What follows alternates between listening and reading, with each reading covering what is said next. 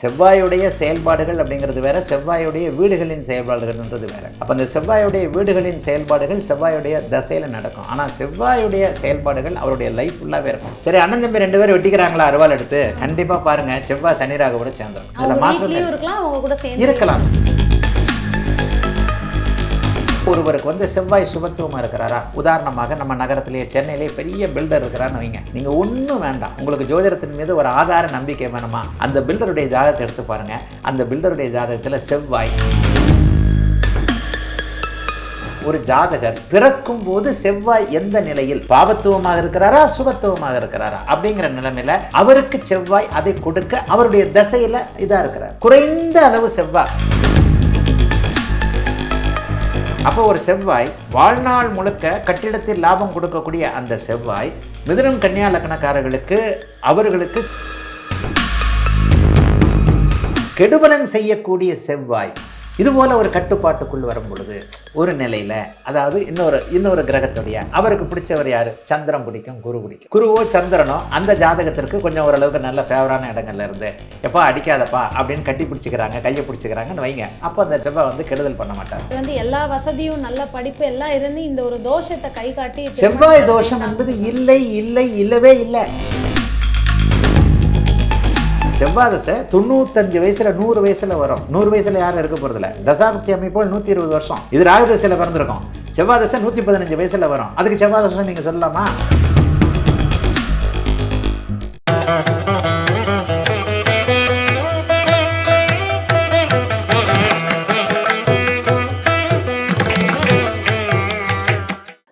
TV நேயர்களுக்கு வணக்கம். நான் லதா சுப்பிரமணியன். இன்னைக்கு நம்ம யார் சந்திக்க வந்திருக்கோம் அப்படின்னா, ஜோதிட கலையரசு திரு ஆதித்ய குருஜி அவர்கள்.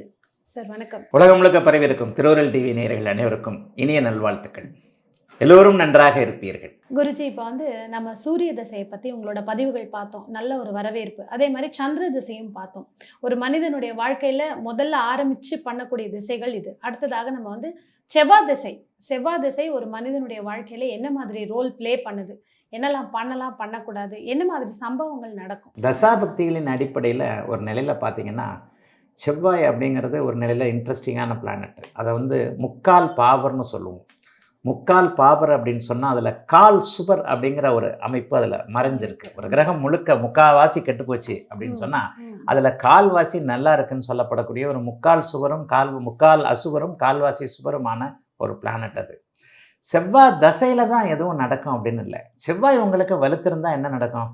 உங்களுக்கு தைரியம் அதிகமாக இருக்கும், கோபம் அதிகமாக இருக்கும், முன்கோபமாக இருக்கும். செவ்வாயுடைய லக்னங்கள் மேஷ விருச்சிகம்னு சொல்லுவோம். அந்த மேஷ விருச்சிகங்கள் செவ்வாயுடைய அதிபதி. அந்த செவ்வாயோட லக்னங்களில் நீங்கள் பிறந்திருந்தீங்கனால இயல்பாகவே முரட்டுத்தனம் உள்ளவராக, தைரியம் உள்ளவராக, வீரம் உள்ளவராக, எடுத்தவொன்னே கையவங்கிறவரா, பட்டுன்னு அடிக்கிறான்லையோ அவங்ககிட்ட கிட்டே போக முடியாதியா, பேசினாலே கையவங்குவாயா அப்படின்ற மாதிரியான ஒரு இமேஜ் உள்ளவராக செவ்வாயுடைய ஆதிக்கம்னு வச்சுக்கலாம். செவ்வாய் தசையை பற்றி பேசணும்னாலும் செவ்வாய் என்ன தரும் அப்படிங்கிறது, செவ்வாயுடைய இயல்புகள் செவ்வாய் தசை 7 வருஷம் மட்டும். அப்போ அந்த செவ்வாய் தசையில் அதனுடைய இயல்புகள் நடக்கும் அப்படின்னு சொன்னாலும் செவ்வாயுடைய ஆதிபத்தியங்கள் மட்டும் அந்த தசையில் நடக்கும். காரகத்துவங்கள் அப்படிங்கிறது இது ஒரு ஜோதிட வார்த்தை. செவ்வாயுடைய செயல்பாடுகள் அப்படிங்கிறது வேற, செவ்வாயுடைய வீடுகளின் செயல்பாடுகள்ன்றது வேற. அப்போ அந்த செவ்வாயுடைய வீடுகளின் செயல்பாடுகள் செவ்வாயுடைய தசையில் நடக்கும். ஆனால் செவ்வாயுடைய செயல்பாடுகள் அவருடைய லைஃப் ஃபுல்லாகவே இருக்கும். அதாவது ஒருத்தர் வீரமிக்கவராக இருக்கிறார் அப்படின்னு சொல்கிறாருன்னா அவர் எப்போவுமே வீரமிக்கவர் தான். 20 வயசில் அவர் வீரமாக இருந்தார், 50 வயசில் கோழை ஆயிட்டார் அப்படின்லாம் இருக்க முடியாது. வீரம் வேணால் கொஞ்சம் குறைஞ்சிருக்கலாம், வயதிற்கு ஏற்றார் போல. அவருடைய இயல்பு என்பது ஒரு வீரமானவராக, தைரியமானவராக இருப்பது அப்படிங்கிறது. அந்தந்த தசை அமைப்புகளில் அந்தந்த வீடுகளுடைய அந்த ஆதிபத்தியங்கள், செவ்வாய் எந்த ஆதிபத்தியத்திற்கு உரியவரோ அது நடக்கும். ஆனால் காரகத்துவங்கள் வாழ்நாள் முழுக்க செயல்படும் நான் சொல்லியிருக்கிறேன். செவ்வாயுடைய காரகத்துவங்கள் என்ன? உயிர் காரகத்துவங்களில் செவ்வாய் சகோதரனை குறிக்கிறார். நம்ம கூட பிறந்தவங்க எல்லாரையும் சகோதரர்களை குறிக்கிறது அவர் தான். நீங்கள் உங்களுடைய சகோதரர்களை நேசிக்கிறீங்களா, லவ் பண்ணுறீங்களா? உங்கள் அக்கா தங்கச்சி உங்களுக்கு பிடிக்குமா, உங்கள் அண்ணன் தம்பி உங்களுக்கு பிடிக்குமான்றதை செவ்வாயுடைய சுபத்துவ அமைப்புகளை வச்சு நீங்கள் கண்டிப்பாக பார்த்துடலாம். எவர் ஒருவருடைய ஜாதகத்தில் செவ்வாய், வளர்பிறை சந்திரன், குரு சுக்கிரனோடு சேர்ந்திருக்கிறாரோ பார்த்திருக்கிறாரோ தொடர்புன்னு வச்சுக்கலாம். பார்க்கறது அல்லது சேர்றது, இணைந்திருப்பது அல்லது பார்வையில் இருப்பது, தொடர்பில் இருக்கிறது. செவ்வாய் சுபத்துவ வீடுகளில் இருப்பது, குரு சுக்கிர வளர்பிறை சந்திரனுடைய வீடுகளில் இருக்கும்போது ஒருவருக்கு சகோதர நேசம், சகோதர பாசம் கண்டிப்பாக இருக்கும்.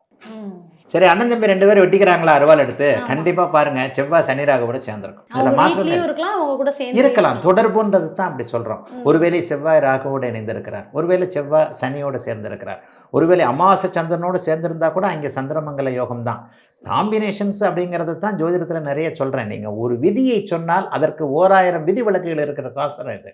செவ்வாய் பாபத்துவம்னு நான் சுருக்கமாக சொல்லிடுவேன். செவ்வாயுடைய பாபத்துவம்ன்றது 2 பிளானட்டால் நடக்கிறது. சனியோடு ராகுவோடு சேருது. எவர் ஒருவருக்கு செவ்வாய் ராகுவோடு மிக நெருக்கமாக சேர்ந்திருக்கிறாரோ, செவ்வாய் சனியோடு மிக நெருக்கமாக, ஒருவேளை எனக்கு செவ்வாய் ராகு சேர்ந்திருக்கு, நானும் என் தம்பியும் நல்லா தான் இருக்கிறோம் அப்படின்னு நீங்கள் சொன்னீங்கன்னா, ராகு 20 டிகிரி 22 டிகிரிக்கு அப்பால் விலகி இருக்கிறான்னு அர்த்தம். அதிலும் ஒரு நுணுக்கம். ஒரே கட்டத்துல இருந்தாலும் 20 டிகிரி டிஃபரன்ஸ்ல இருந்தா ஒன்றும் நடக்காது. நடக்காது. அந்த அந்த இடம் அந்த 22 டிகிரி அப்பால் விலகுனாலே அது இணைவு இல்லை அப்படிங்கிறது தான் அர்த்தம். நீங்களும் நானும் பக்கத்தில் இருக்கிறதும், நீங்களும் நானும் ஒரே ரூம்ல இருக்கிறதும், நீங்க ஒரு ரூம்ல நம்ம 2 பேரும் இருக்கிறதுக்கும், ஒரு ஹாலில் 2 பேர் இருக்கிறதுக்கும், ஒரு கட்டிடத்துக்குள்ள 2 பேர் இருக்கிறதுக்கும் வித்தியாசம் இருக்கு இல்லையா? அப்போ ஒரு ரூமில் இருக்கிறதுன்றது ஒரு 8 டிகிரி 6 டிகிரிக்குள்ளே சேர்ந்துருக்கும் போது அது பாபத்துவம்னு சொல்லலாம், அல்லது சுவரோட சேர்ந்திருந்தா நல்லதுன்னு சொல்லலாம்.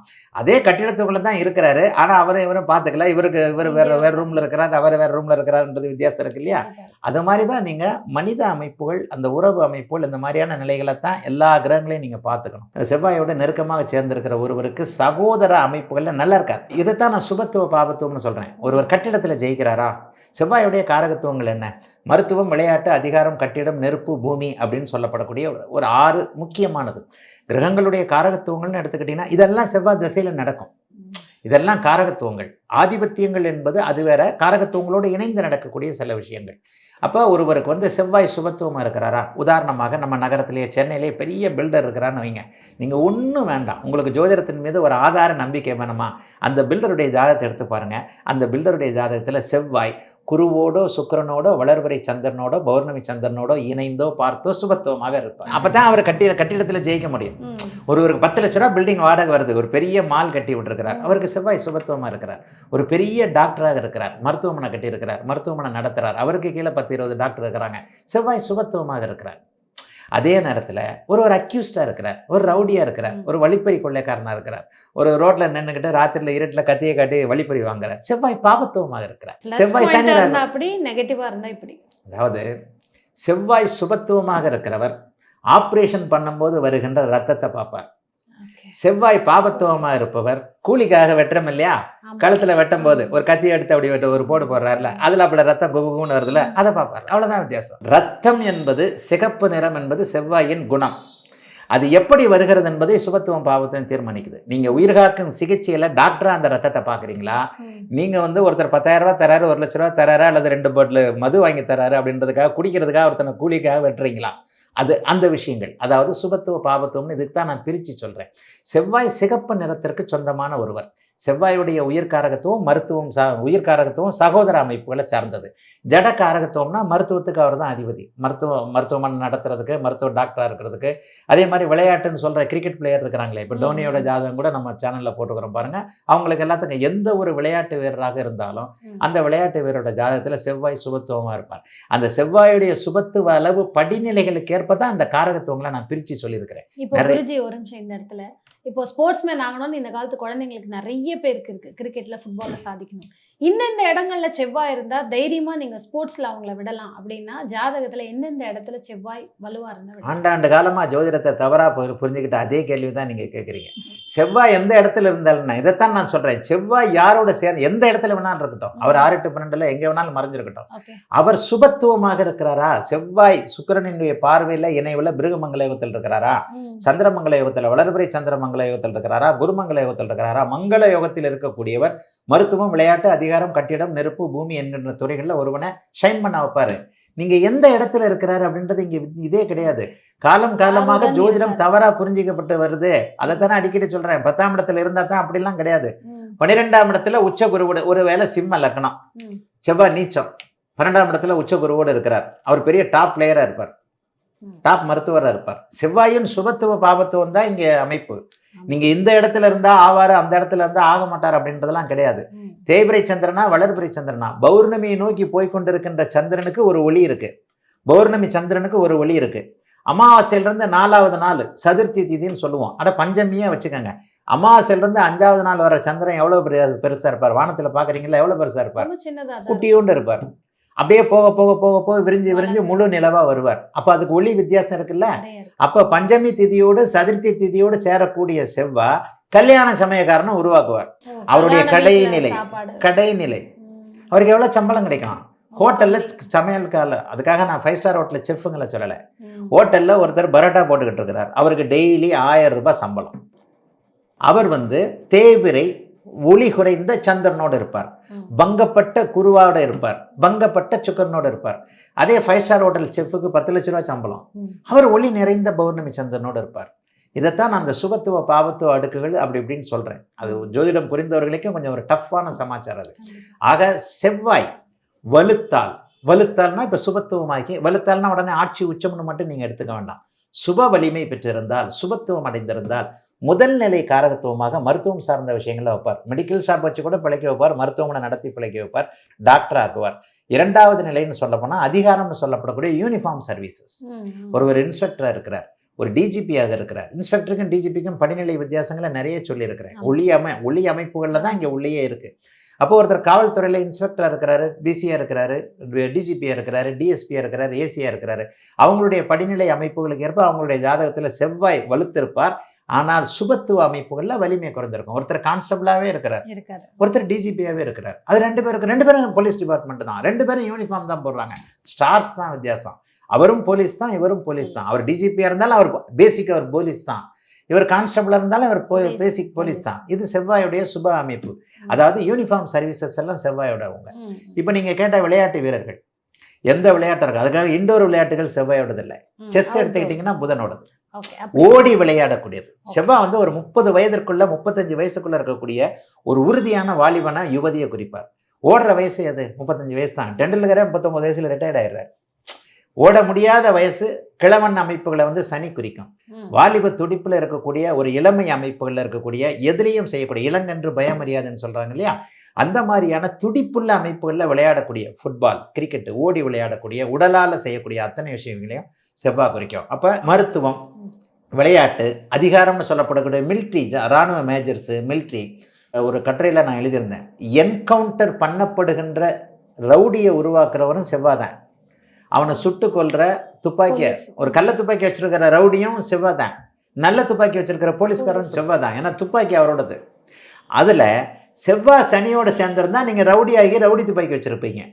செவ்வாய் சுவரோட சேர்ந்திருந்தா நீங்கள் போலீஸ்காரனாகி நல்ல துப்பாக்கி வச்சுருப்பீங்க. இவ்வளோதான் வித்தியாசம். இதை இந்த நுணுக்கத்தை, என்னுடைய சுபத்துவ பாபத்துவ கோட்பாட்டு நுணுக்கத்தை எப்போ அந்த அளவுக்கு புரிஞ்சுக்கிறீங்களோ, ஒரே கிரகம் 2ஐயும் செய்யும். கத்தி கழுத்தையும் இருக்கும், ஆப்பிளையும் இருக்கும். நீங்கள் கழுத்தை இருக்கிறீங்களா ஆப்பிளாக இருக்கிறீங்களான்றது கத்தியோட தன்மை இல்லை, உங்களோட தன்மை. கத்தி ஒன்று தான், பொருள் ஒன்று தான். ஒரு விஷயத்திற்கு, ஒரு நாணயத்திற்கு 2 பக்கம் இருக்கு, ஒரு கத்திக்கு 2 முனை இருக்கு, எல்லாவற்றுக்கும் 2 இருக்கு. இன்பம், துன்பம், ஆண், பெண், ஒளி, இருட்டு எல்லாம் இருக்கு இல்லையா. அதே மாதிரி செவ்வாய் 2ஐயும் செய்யும். அவரே ரவுடியை உருவாக்குவார், அவரே போலீஸ்காரனை உருவாக்குவார். புரிஞ்சுதா? அப்போ அவருடைய தன்மை, அந்த தன்மை ஒரு நபர், ஒரு ஜாதகர் பிறக்கும் போது செவ்வாய் எந்த நிலையில் பாபத்துவமாக இருக்கிறாரா சுபத்துவமாக இருக்கிறாரா அப்படிங்கிற நிலைமையில அவருக்கு செவ்வாய் அதை கொடுக்க அவருடைய தசையில இதா இருக்கிறார். குறைந்த அளவு செவ்வாய் ஹோட்டல் வச்சிருப்பார், ஃபாஸ்ட் ஃபுட் வச்சிருப்பார். அது கூட ஹோட்டல்ல இட்லி தோசை வைக்க மாட்டார். இந்த டக்குன்னு அடிக்கிறாங்களே கொத்து பரோட்டா, அந்த கொத்து பரோட்டா பண்றவர் செவ்வாய். இப்போ குழந்தைகளுக்கு இந்த செவ்வாய் திசை பிறக்கும் போதே செவ்வாய் திசையில் வராங்க இல்லையா, அதோட இம்பாக்ட் பேரண்ட்ஸுக்கு இருக்குமா குழந்தைகளுக்கு இருக்கும்? எந்த ஒரு திசைக்குமே இம்பாக்ட் குழந்தைகளுக்கு இருந்தால் பேரண்ட்டுக்கும் இருக்கும். ஆனால் குழந்தை துடிதுடிப்பாக இருக்கும் நல்ல செவ்வாயாக இருந்தால். சில குழந்தைகள் ரொம்ப ஆக்டிவாக இருக்கும் இல்லையா, அப்போ அந்த செவ்வாய் திசை சுபத்துவமாகி, நம்ம இப்போ சொன்ன மாதிரி அவரே யோகராகி எல்லா லக்னத்திற்கும். சுபத்துவம் என்பது வேறு, அவர் நல்லா இருக்கிறது அமைப்பு. சரி, அவர் எந்த லக்னத்துக்கு நல்லா இருக்கிறவர்? போன சூரிய தசை சந்திர தசையில் கூட இது சொன்னேன். சூரியன் எந்த லக்னங்களுக்கு யோகர், சந்திரன் எந்த லக்னங்களுக்கு யோகர். அப்போ செவ்வாய் எந்த லக்னங்களுக்கு யோகர்னு வந்தோம் இல்லையா, அவருடைய லக்னம்னு சொல்லப்படக்கூடிய மேஷ விருச்சிகத்திற்கு செவ்வாய் கண்டிப்பாக யோகர். அதே நேரத்தில் ராஜ யோகர்னு சொல்லப்படுகிறது கடகத்திற்கும் சிம்மத்திற்கும். அவர் 2 இரு ஆதிபத்தியங்களுக்கு வருவார். அவருடைய லக்னங்களை விட கடகசிம்ம லக்னங்களுக்கு பிறந்தவர்களுக்கு மிகப்பெரிய யோகராக அவர் செவ்வாய் வருவார். அதனை எடுத்து பார்த்துட்டிங்கன்னா தனுசு மீன லக்கணங்களுக்கு அவர் ரொம்ப பெரிய யோக அமைப்புகளில் வருவார். அப்போ 6 லக்கணங்களுக்கு, கடகம், சிம்மம், தனுசு, மீனம், மேஷம், விருச்சிகம் ஆகிய 6 லக்கணங்களுக்கு அவர் யோகர். சரி, வரவே கூடாத அமைப்பு இருக்குல்ல யோகர் அப்படின்னு சொன்னா அவயோகர். ஆமா, எனக்கு நல்லவன், உங்களுக்கு ரவுடி, உங்களுக்கு ரவுடி, எனக்கு ரொம்ப ஊருக்கே அவர் ரவுடி. அப்பா என்னை பொறுத்த வரைக்கும் அவர் சாமிப்பா. பேட்டி கொடுக்குறாங்களா இல்லையா? அவர் ரவுடியா இருக்கலாம், ஆனா எங்களுக்கு அவர் ரொம்ப நல்லதா இது, எங்க குப்பத்துக்கு அவர் தாங்க கடவுள் அப்படின்னு சொல்றவங்களா இருக்கிறாங்க. ஆனா அவர் ஊருக்கு ரவுடியா இருப்பார். இந்த மாதிரியான அவயோகன் என்கின்ற அமைப்புல மிதுன கன்னியா லக்னங்களுக்கு செவ்வாய் தசை சுத்தமா நல்லதே செய்யாது. அவர் இதை இந்த இந்த இந்த கான்செப்ட், இந்த சப்ஜெக்டை புரிஞ்சுக்கிறது உண்மையிலேயே நீங்க 10 சாஃப்ட்வேர் இன்ஜினியர் ஆகலாம் ஒரே நேரத்தில், ஆனால் ஒரு ஜோதிடராக ஆக முடியாது. ஏன்னா ஜோதிடம் அவ்வளோ பெரிய காம்பினேஷன்ஸ். ஒரு செவ்வாயிலோட மிதுன லக்னத்திற்கும் கன்னியா லக்னத்திற்கும் செவ்வாய் கடுமையான பாவி. இப்போது நான் சொல்லுகின்ற செவ்வாய் சுபத்துவமாகவே இருக்கட்டும், அவர் பில்டராகவே இருக்கட்டும், அவர் மருத்துவராகவே இருக்கட்டும், அவர் பிளேயராகவே இருக்கட்டும், எதாவது வேணாலும் இருக்கட்டும், செவ்வாயுடைய தொழில்களே அவர் பிழைக்கட்டும், ஆனால் செவ்வாய் திசையில் அவர் கஷ்டப்படுவார். ஏன்னா இந்த இடத்துல தான் ஆதிபத்தியம் என்கின்ற அந்த அமைப்பு. மிதுனத்திற்கு 6ஆம் அதிபதி, கன்னிக்கு 8ஆம் அதிபதினு சொல்லிட்டு செவ்வாய் தான் அவருக்கு எல்லாத்தையும் கொடுப்பார், தன்னுடைய காரகத்துவங்களை கொடுப்பார். இந்த காரகத்துவங்கள்ன்றது அவருடைய கிரக செயல்பாடுகள், காரகத்துவங்கள். அவருடைய வீட்டு செயல்பாடுகளை தான் நம்ம ஆதிபத்தியங்கள்ன்றோம். தலை சுத்தம் உங்களுக்கு. ஈஸியாக கேட்டுறீங்க, எப்படி புரிஞ்சுக்கிறீங்களா என்னன்னு தெரியல. இதை புரிஞ்சுக்கிறது கூட ஒரு பேசிக். என்னுடைய ஃபாலோவர்களாக இருக்கட்டும், என்னுடைய நேயர்களாக இருக்கட்டும், அவங்களுக்கு கொஞ்சம் கஷ்டப்பட்டு புரிய வைக்கக்கூடிய அமைப்பு. ஆதிபத்தியம் காரகத்துவம்னா ரொம்ப அப்படியே குழப்பம் ஜோதிடம். காரகத்துவம் என்பது கிரகத்தின் செயல்பாடுகள். அந்த கிரகத்திற்கு 2 வீடு இருக்கு. இப்போ செவ்வாய்க்கு மேஷம் விருச்சிகம் இருக்கு, அந்த வீட்டு செயல்பாடுகள் ஆதிபத்தியம். அப்போ ஒரு செவ்வாய் வாழ்நாள் முழுக்க கட்டிடத்தில் லாபம் கொடுக்கக்கூடிய அந்த செவ்வாய் மிதுனம் கன்னியா லக்னக்காரர்களுக்கு அவர்களுக்கு செவ்வாய் தசை வந்தால் கஷ்டத்தை கொடுக்கும். இது அந்த வீட்டு செயல்பாடுகள்னு சொல்லப்படக்கூடிய ஒரு அமைப்பு. ஆக இப்போ மீது 6 லக்னங்கள்ல மிதுனம் கன்னியா லக்னக்காரர்களுக்கு செவ்வாய் தசை அப்படி ஒன்றும் ஃபேவரபிள் இல்லை. அதுக்கும் விதிவிலக்கு இருக்கு. விதி அதற்குள் 1000 விதி. எல்லாருக்குமே அப்படி சொல்லிட முடியாது. ஐயா ஒருவேளை எனக்கு செவ்வாதசம் வந்தது டாப்பா இருந்தது, ஆமா, அதுக்கு 3, 6, 10, 11 உபசயஸ்தானம்னு சொல்லுவோம். நட்பு வீடுகள்ல செவ்வாய் சுபத்துவம் இருந்தா கெடுபலனை செய்யாது. ஆனா அதுக்காக நல்ல பலன்களை செஞ்சிடாரு. ரவுடி பையதான் அந்த நேரத்தில் தூங்கிட்டு இருக்கான், இல்ல அந்த நேரத்துல ஏதோ ஒரு நல்ல மூட்ல இருக்கான். இப்ப புரியுதா உங்களுக்கு? நல்லதும் இல்ல கெடுதலும் இல்ல, அப்படியே இருக்கு, நியூட்ரலா இருக்கு. அப்படி போயிடும் ஒரு நிலையில. அதாவது பெருத்த யோகங்களை செய்ய மாட்டார். என்னதான் இருந்தாலும் ஒரு குடிகாரன், ஒரு ரவுடி பையன் கத்தி எடுத்துக்கிட்டு ரோட்டில் திரிகிறவன், அவனை நீங்கள் ஒரு விபதி அடிச்சுக்கிட்டு ஒரு காலையிலையும் சாயந்தரமும் கோயிலில் போய் வழிபடுறவரால உடனே இம்மீடியட்டாக மாற்றிட முடியாது. நான் மாற்றுவேன்றது அது வேற. நாளைக்கே அவர் அப்படியே எல்லாம் சாமியார் ஆயிட மாட்டார். அப்போ ஒரு நிலையில செவ்வாய் தசை 6ஆம் அதிபதி 8ஆம் அதிபதியாக வரக்கூடிய மிதுன லக்னம் கன்னியா லக்னக்காரர்களுக்கு கடுமையான கெடுபலன்களை தந்தே தீரும். அதற்கும் விதிவிலக்கு இருக்கு. ஒரு இக்கன்னா ஜோதிடத்தில் எப்பவுமே இருக்கும்.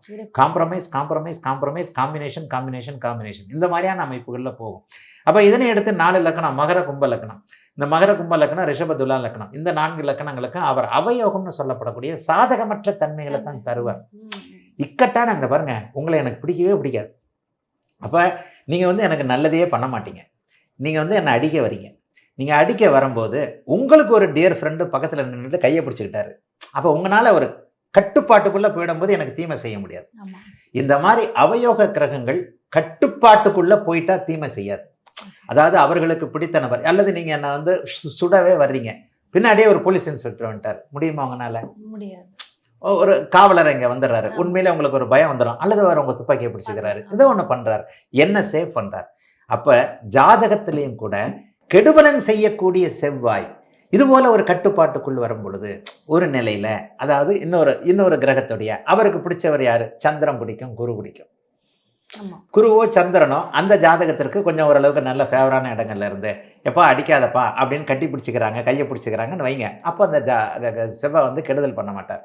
இந்த மனித உணர்வுகள், மனித சம்பவங்களாக நான் இதே மாதிரி மாணவர்களுக்கு எப்படி விளக்குறேனோ அதே மாதிரி தான் உங்கள் பேட்டிலையும் சொல்கிறேன். ஏன்னா இதை நீங்கள் சிம்பிளாக புரிஞ்சுக்கணுன்றதுனால. செவ்வாய் உங்களுக்கு கெடுதலை கொடுக்கக்கூடிய கிரகம்.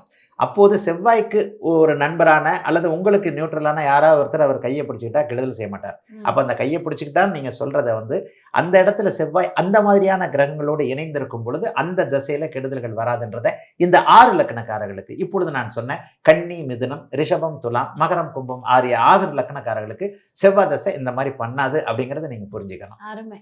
இப்போ திருமண தடைக்கு இந்த செவ்வாய் தோஷத்தை குறிப்பிடுறாங்க. இந்த செவ்வாய் தோஷம் இருந்தால் திருமண தடை, செவ்வாய் தோஷம் இருக்கிற ஆணுக்கு அதே தோஷம் இருக்கிற பெண்ணை தான் கல்யாணம் பண்ணணும், இந்த மாதிரி விஷயங்கள்லாம் சொல்கிறாங்க. இது உங்களுடைய பார்வையில் நீங்கள் எப்படி பார்க்குறீங்க? நான் இதை கல்யாண மாலை இதில் கூட நான் பேசினேன். எனக்கு அந்த கவுண்டமணி ஜோக்கு தான் இது டக்குன்னு ஞாபகம் வரும். இதே பெட்டர் மார்க்ஸ் லைட் தான் வேணுமான்னு கேட்பேன். நான் சிரிக்கிறதுக்காக சொல்லலை. ஜோதிடம் இன்றைக்கு கவலைப்படுற நிலைமைக்கு போய்கிட்டு இருக்கு. கடந்த 30 வருஷமாகவே போய்கிட்டு இருக்கு. நீங்கள் சொன்ன செவ்வாய் தோஷத்திற்கு எந்த விதமான ஆதாரமும் இல்லை. இப்போ நான் சொன்னேனே, செவ்வாய் தோஷம் என்பது என்ன? 2, 7, 8ஆம் இடங்கள்ல ஒன்றுலையும் சில இடங்கள்ல சொல்றாங்க. ஒரு ஜாதகருக்கு 2, 7, 8 12ஆம் இடங்கள் 4ஆம் இடங்கள் 2, 4, 7, 8, 12 சில நேரத்தில் லக்னத்தையும் சேர்த்து ராசியையும் சேர்த்து சொல்றாங்க. இந்த மாதிரி இடங்கள்ல செவ்வாய் இருந்தால் தோஷம்ன்றாங்க. இப்போது நான் சொன்ன சுபத்துவத்தின் அடிப்படையில் செவ்வாய் சுபத்துவமாக இருந்தால் அவர் தான் திருமணத்தை பண்ணி கொடுக்குறவராக இருப்பார், அவர் தான் யோகத்தை பண்ணி கொடுக்குறவராக இருப்பார். அப்போ அந்த இடத்துல எங்கே செவ்வாய் தோஷம் வருது? அதுவும் இப்போ கடினமானது. இதே பற்ற மார்க்ஸ் தான் வேணும். அதே 2ஆம் இடத்துல தான் செவ்வாய் இருக்கிற பொண்ணை தான் இது பண்ணணும். பொண்ணை பெற்றவன்லாம் பாவம் தலையை பிச்சுக்கிட்டு தர்றாங்க. நிறைய பேர் வந்து எல்லா வசதியும் நல்ல படிப்பு எல்லாம் இருந்து இந்த ஒரு தோஷத்தை கை காட்டி செவ்வாய் தோஷம் என்பது இல்லை இல்லை இல்லவே இல்லை. எப்படி பாதகாதிபதி என்கின்ற சில விஷயங்கள் ஜாதகத்தில் தப்பா ஜோதிடத்தில் தப்பா புரிஞ்சுக்கிட்டு இருக்கோ, செவ்வாய் தோஷம் இல்லைன்னா இப்படி ஒன்று லட்சத்தில் ஒருவருக்கு மட்டும் வரக்கூடிய செவ்வாய் தோஷத்தை நீங்கள் எல்லாருக்கும் கீழே இறக்கி கொண்டு வந்துடுறீங்க. இன்னைக்கு என்ன நடக்குது? கல்யாண புரோக்கரை அப்படியே ஜாதகத்தை பார்த்துட்டு அவருக்கு எதுவுமே தேவையில்லை, கவுண்டிங் மட்டும் தெரிஞ்சா போறோம். 1, 2 2ல் செவ்வாய் உங்க பொண்ணுக்கு செவ்வாய் தோஷம்ன்றாரு. ஜோதிடத்தை நினைச்ச ஜோசியத்தில் இருக்க வேண்டாம், ஓடி போயிடலான்னு தோணுது. ஜோதிடத்தை நீங்க எல்லாரும் கத்துக்கலான்ற ஒரு நிலைமை இருக்கு. ஒரு கல்யாண புரோக்கர், ஒரு திருமண தகவல் அமைப்பாளர் நீங்க போய் பதியும் போதே சொல்றாரு, உங்க பெண்ணுக்கு செவ்வாய் தோஷம் இருக்குதுங்க, நாங்க வந்து கரெக்டா 2ல் இருக்கிற செவ்வாயா பார்த்து அனுப்புறோம். அந்த அளவுக்கு மோசமா போச்சு. செவ்வாய் தோஷம் என்பது இல்லவே இல்லை, அதான் உண்மை. லட்சத்தில் ஒருவருக்கு இருக்கிறது, லட்சத்துல ஒருவருக்கு ஒன்று வருங்க. அது நீங்க எல்லாருக்கும் கொண்டு வந்து காம்பினேஷன் பண்ணுவீங்களா? நான் இப்ப கேட்குறேன். இப்போ ஒரு ஒரு ஒரு உபவாதமோ ஒரு ஏதோ ஒன்று ஒரு தீமையோ ஏதோ ஒன்று யாரோ ஒருவருக்கு வரும்ன்ற போது சமூகத்தில் இருக்கிற எல்லாருக்குமே அதை சொல்றது சரியான இதா? அப்படிதாங்க இன்னைக்கு ஜோசியம் கெட்டு போயிட்டு நிற்குது. செவ்வாய் தோஷம் என்பது இருக்கிறது யாரோ ஒருவருக்கு, 10,000ல் ஒருவருக்கு, லட்சத்தில் ஒருவருக்கு, எப்போதோ ஒரு முறை அங்கே செவ்வாய். நான் இப்போது சொன்ன பாபத்துவத்தின் அடிப்படையில் 2, 4, 7, 8, 4, 8, 12 கூட செவ்வாய் வந்து கணவன் அமைப்புகளை கெடுக்காது. 2, 7, 8 பாபத்துவமாக இருக்கும் பொழுது செவ்வாய் தசை பருவத்தில் வந்தால், செவ்வாய் வந்து 2ல் இருக்கு, கெடுக்கிற அமைப்புல தான் இருக்கு. கொடுக்கிற அமைப்புல சுபத்துவம், கெடுக்கிற அமைப்புல பாவத்துவம். சரி, செவ்வாய் தசை 20 வயசுல முடிஞ்சு போச்சு, அந்த பெண்ணுக்கு 22 வயசுல கல்யாணம் ஆகுது. செவ்வாய் கெடுக்குமா அவங்கள? முடிஞ்சு போயிடுச்சு. இது நீங்களே ஜோசியர் ஆயிட்டீங்களே. இதுதாங்க உண்மையை சொல்ல, இதைத்தானே நானும் சொல்றேன். சரி, 75 வயசுல அந்த பெண்ணுக்கு செவ்வாய் தசை வருது, கணவனை கெடுக்குமா கெடுக்காதா? அந்த பெண்ணுக்கு 75 வயசுன்னு இருக்கும்போது அவருக்கு 80 வயசு இருக்கும்ல, இயல்பாகவே இயற்கையாகவே கெடுக்கத்தானே செய்யும். ஸோ அப்போ கண்டிப்பாக வந்து இதில் ஒரு தெளிவு கிடைக்குது நேர்களுக்கு. என்னன்னா, எந்த ஒரு கிரகத்தினுடைய தசை முடிஞ்சு போனதுக்கு அப்புறம் அதனோட இம்பாக்ட் உங்க லைஃப்ல நான் இப்படி சொல்றேன், நீங்க என்ன சுத்துறீங்க? ஒரு கிரகம் தன்னுடைய கெடுதலை எப்போது செய்யும்? கரெக்ட், அதை கணிக்கணும்ல நீங்க. செவ்வாய் தசையே வராது அந்த பொண்ணுக்கு, அதுக்கு போய் செவ்வாய் தசைன்னு சொல்லலாமா? செவ்வாய் தசை 95 வயசுல 100 வயசுல வரும். 100 வயசுல யாரும் இருக்க போறதில்ல. தசாபக்தி அமைப்போல் 120 வருஷம். இது ராகு தசையில பிறந்திருக்கும். செவ்வாய் தசை 115 வயசுல வரும். அதுக்கு செவ்வாய் தசை நீங்க சொல்லலாமா? அப்போ ஒரு கிரகம் எப்போது தன்னுடைய நன்மைகளை, தன்னுடைய கெடுதல்களை, தன்னுடைய தன்மைகளை செய்யும்னு கணிக்க தெரியாதவங்க தானே செவ்வாய் தோஷம்னு சொல்றாங்க. செவ்வாய் தோஷம்னு சொல்றவர் ஜோசியரே கிடையாதுங்க, அவருக்கு ஜோசியம் தெரியாது. நான் என்னுடைய ஆழமான கருத்து இதுல பதிவு பண்றேன். எல்லோருக்குமே வந்து இது ஒரு ஐ ஓபனிங் மாதிரி நீங்க உண்மைதாங்க. நான் எங்க சேனல்ல நாங்க அப்பப்போ வர்ற விவாதங்களை இதை தாங்க சொல்லிக்கிட்டு இருக்கிறோம். செவ்வாய் தோஷம்னு எடுத்த உடனே 2ல் இருக்கு, 4ல் இருக்கு, 7ல் இருக்கு, 12ல் இருக்கு, 8ல் இருக்குன்னு சொல்ற ஜோசியரே கிடையாதுங்க, அவருக்கு ஜோசியம் தெரியாதுங்க. முதல்ல செவ்வாய் தசையா, செவ்வாய் 2ல் இருக்கா, யார் வீட்டில் இருக்கு? குரு வீட்டில் இருக்கா, சுக்கிரனுடைய வீட்டில் இருக்கா? நீச்சமாகவே இருந்தாலும் பௌர்ணமி சந்திரனுடைய வீட்டில் இருக்கிறார். கடகத்துல சந்திரனுடைய வீட்டில் இருந்தால் அவர் நீச்சம் அடைவார். என்ன இருந்தாலும் அவர் என்ன நிலைமையில இருக்கிறார்? ஒருவேளை அவர் சுக்கிரனோடு இருக்கிறாரா, ஒருவேளை அவர் குருவோடு இருக்கிறாரா, சுபத்துவமாக இருக்கிறாரா, அல்லது பாவத்துவமாக நிச்சயமாக கெடுதல் பண்ணக்கூடிய அமைப்புல தான் இருக்கிறாரியா? 2ல் செவ்வாய் சனி சேர்ந்திருக்கு, 7ல் செவ்வாய் சனி சேர்ந்திருக்கு. செவ்வாய் தசை எப்பயா வருது? 75 வயசுல வருது, வந்தா வந்துட்டு போகுது, கவலை வேண்டாம். 80 வயசுல கணவருக்கு மாரகம் தான், 80 வயசுல யார் இருக்க போறா? மாரகம் இதுதான். சரி, வரவே இல்லை, என்ன பண்ணுவீங்க? 115 வயசுல வரும். அப்ப அதுக்கு போய் செவ்வாய் தசைன்னு சொல்லிட்டு இருந்தா? செவ்வாய் தோஷம் என்பது முழுக்க முழுக்க இட்டு கட்டுன வெறும் திருமண தகவல் அமைப்பாளர்கள், திருமண புரோக்கர்களால் சொல்லப்பட்ட கட்டுக்கதை. அருமை அருமை குருஜி, இது ஒரு தெளிவான ஒரு பதிவு அழகா கொடுத்துருக்கீங்க. இறுதியா வந்து இந்த செவ்வாய் திசையில இந்த விஷயங்கள் கண்டிப்பா நடக்கும், நீங்க ஜாக்கிரதையா இருந்தே ஆகணும் அப்படின்னா என்ன மாதிரி விஷயங்கள்? செவ்வாய் தசையில சுபத்துவமா இருந்தா, நான் இப்ப சொன்ன மாதிரி பாபத்துவமா இருந்தா ஒண்ணு மாதிரி. செவ்வாய் தசை ரத்தத்தை குறிக்கக்கூடிய ஒரு கிரகம். ஒருவேளை பாபத்துவமாக இருக்கிறார், வன்முறை, விபத்து போன்ற அமைப்புகள். உண்மையிலே வந்து பெரும்பாலும் நெகட்டிவை சொல்லாதவனா இருந்தாலும் நெகட்டிவ்ன்றது வாழ்க்கையில ஒரு விஷயம் தான். அதுவும் செவ்வாய் தசை பாபத்துவமாக இருந்தால் சகோதரர்கிட்ட சண்டை போட்டுக்குவீங்க, பங்காளிகள்கிட்ட சண்டை போட்டுக்குவீங்க. அண்ணன் தம்பி உறவுகள்னு சொல்லப்படக்கூடிய சித்தப்பா பெரியப்பா மக்கள், சொத்து பத்துக்கள் போன்ற அமைப்புகளில் சண்டை, அரச விரோதம் என்று சொல்லப்படக்கூடிய ஒரு அரசாங்க அதிகாரி சூரியனுடைய பாவத்துவம் மாதிரியே அதிகாரம் உள்ளவரோட சண்டை போட்டுக்கிறது, இந்த மாதிரியான சில விஷயங்களை செய்யும். ஆனால் செவ்வாய் தசை நன்மையாக இருந்தால் 7 வருஷம் பத்தாது. கட்டிடத்தில் லாபம் தரும், கண்டிப்பாக. மருத்துவ ரீதியிலான லாபம் தரும், அதிகார ரீதியிலான லாபம் தரும், எல்லா லெவல்லையும் சிகப்பு நிற பொருட்களால் லாபம் தரும். சகோதர மேன்மைகள் ரொம்ப பெரிய அளவில் இருக்கும். அண்ணன் தம்பி சேர்ந்து நல்ல ஒரு பிஸ்னஸ் பண்ணுவீங்க. உயிர்காரகத்துவமான அத்தனை அமைப்புகளையும் நெருப்பு மலம், இப்போ நான் சொன்னேனே, மருத்துவம், விளையாட்டு, அதிகாரம், கட்டிடம், நெருப்பு, பூமி, ரியல் எஸ்டேட்டில் கொட்டும். செவ்வாய் தசை ஆரம்பத்திலேயோ சந்திர தசை கடைசியிலையோ 10 லட்சம் ரூபாய்க்கு ஒரு கிரவுண்ட் இடம் வாங்கியிருப்பீங்க. 5 வருஷம் கழிச்சு பார்த்தீங்கன்னா அது 5 கோடி போகும். அதாங்க செவ்வாய் தசையோட சாமர்த்தியம். பூமியில் உங்களுக்கு லாபம் வந்துருச்சு. தொட்ட இடமெல்லாம் உங்களுக்கு மண்ணெல்லாம் பொன்னாகும் சொல்றது செவ்வாய் திசையில தான். செவ்வாய் சுபத்துவமாக இருந்தால் நான் இப்போ சொன்னேன், மருத்துவம், விளையாட்டு, அதிகாரம், கட்டிடம், நெருப்பு, இது போன்ற அமைப்புகளில் லாபத்தை தரும். செவ்வாயே பாவத்துவமாக இருக்குது, கட்டிடத்தில் உங்களுக்கு செலவு வைக்கும். எது லாபமோ அதே நஷ்டமா தான். அதே தான், அதை தான் சுபத்துவம் பாவத்துவம்னு சொல்கிறேன். செவ்வாய் பாவத்துவமாக இருக்கின்ற நிலைமையில சகோதரரோட சண்டை போடுவீங்க, சகோதர விரயம் இருக்கும், சகோதர இழப்பு இருக்கும், சகோதரரால் விரயம் இருக்கும், சகோதரரே விரயமாக இருக்கும். இதெல்லாம் அடுத்தடுத்து பாவகம். இப்போ நீங்கள் கேட்டீங்களே எங்கே இருந்தா அப்படின்ட்டு, ஒருவேளை செவ்வாய் 8ல் இருக்கிறார், ஒருவேளை செவ்வாய் 12ல் இருக்கிறார், ஒருவேளை செவ்வாய் 11ஆம் இடம் 3ஆம் இடம் சம்பந்தப்படுகிறார். அப்போ இந்த 3, 11ஆம் இடங்கள் தம்பியவும் அண்ணனையும் குறிக்கும். அப்போ இந்த இடத்துல ஏதோ ஒரு இடத்துல பாவத்துவமாக இருக்கும்போது, அட்டமாதிபதி என்று சொல்லப்படக்கூடிய 8ஆம் அதிபதி கிரகத்தோடு இருக்கும்போது சகோதரரை விரயம் செய்ய போகிறார். 12ஆம் இடத்துல இருக்குது, சகோதரரால் விரயம் நடக்க போகிறது. ஆக தன்னுடைய உயிர் ஜட காரகத்துவ அமைப்புகளில் இப்போது நான் சொன்ன செவ்வாயின் விஷயங்களில் லாபமோ நஷ்டமோ இருக்கும் அப்படிங்கிறதான் ஜோதிடம். இது செவ்வாய் திசையில் அந்த 7 வருஷம் நடக்கும். அருமை அருமை குருஜி. இறுதியாக இந்த ஒரு தசை ஆரம்பிக்கும் போது அதனுடைய வேலைகள் ஆரம்பத்திலேயே நமக்கு தெரிய ஆரம்பிக்குமா, இல்லை ஆரம்பித்து ஒரு 3 மாதங்கள் 6 மாதங்கள் கழித்து தான் அந்த திசைக்கான விஷயங்கள் நம்ம வாழ்க்கையில் நடக்குமா? அதாவது தசைக்கு முன்னாடியே அந்த விஷயங்கள் ஆரம்பிச்சிடும். அறிகுறிகள் நாளைக்கு நீங்கள் நல்லா இருக்க போகிறீங்க, இன்னைக்கே அதுக்கான இது ஆகணும் இல்லையா? சாயந்தரமே ஆரம்பிச்சிடும். நாளை காலையில் உங்களுக்கு ஒரு நல்ல விஷயம் நடக்கிறது, அல்லது நீங்கள் ரெடியாக இருக்கிறீங்க, பிளான் பண்ணி தான். நாளைக்கு நீங்கள் ஊருக்கு போகிறீங்க, திருத்தணிக்கு போகிறோம், பழனிக்கு போகிறோம், முருகனை போய் கும்பிடணும். காலையில் நைட்டே கிளம்புறீங்களா இல்லையா? இல்லை காலையில் தான் எந்திரிச்சு அப்படியே விங்குன்னு பறந்து போயிடலாம்னு நினைப்பீங்களா? அப்போ ஒரு தரிசனத்தை, ஒரு தெய்வத்தை போய் பார்க்கணும்னா நம்ம முதல் நாளே நம்ம எல்லா ஏற்பாடும் குழந்தைங்களை கூப்பிட்டுக்கிட்டு, வீட்டில் ஹஸ்பண்டை கூப்பிட்டு, நம்ம கூப்பிட்டு காலையில் காலங்காத்தால எந்திரிச்சு நைட்டே பேக் பண்ணி, ராத்திரியே எல்லாத்தையும் பேக் பண்ணி வச்சு காலையில் குளிச்சோடனே கிளம்புறோம் இல்லையா? அப்போ அதே மாதிரி ஒரு தசை நல்ல தசையாகவோ நல்லா இல்லாத தசையாகவோ இருக்கும் பொழுது, அதற்கு முந்தின தசையுடைய புக்திகள்லேயே கடைசி புக்தியில் அதற்கான அறிகுறிகள், அதாவது நல்லா இருந்தால் அதற்கான அமைப்பு. அதாவது எப்படி தெரியுங்களா? செவ்வாய் நல்லா இருக்க போகுது, சந்திரதசை சூரிய புக்தி கடைசி புக்தி, சந்திரதசை சுக்கிர புக்தி அதுக்கு முந்தின புக்தி. செவ்வாய் திசையில் உங்களுக்கு நல்லது நடக்கணும், சந்திரதசை சூரிய புக்தியில் உங்களுக்கு நல்லது செய்யக்கூடியவருடைய அறிமுகம் கிடைக்கும். அல்லது இப்போ நான் சொன்ன மாதிரி சந்திரதசை செவ்வாய் புக்தியில் நீங்கள் ஒரு ஃப்ளாட் வாங்குவீங்க, அதோட விலை செவ்வாய் திசையில ஏறும். இப்போ புரியுதா? அதற்கான அறிமுகங்கள், யாரால் நன்மைகளை அடைய போகிறீர்கள், எதால் நன்மைகளை அடைய போகிறீர்கள், இதை கெட்டதையும் வச்சுக்கோங்க.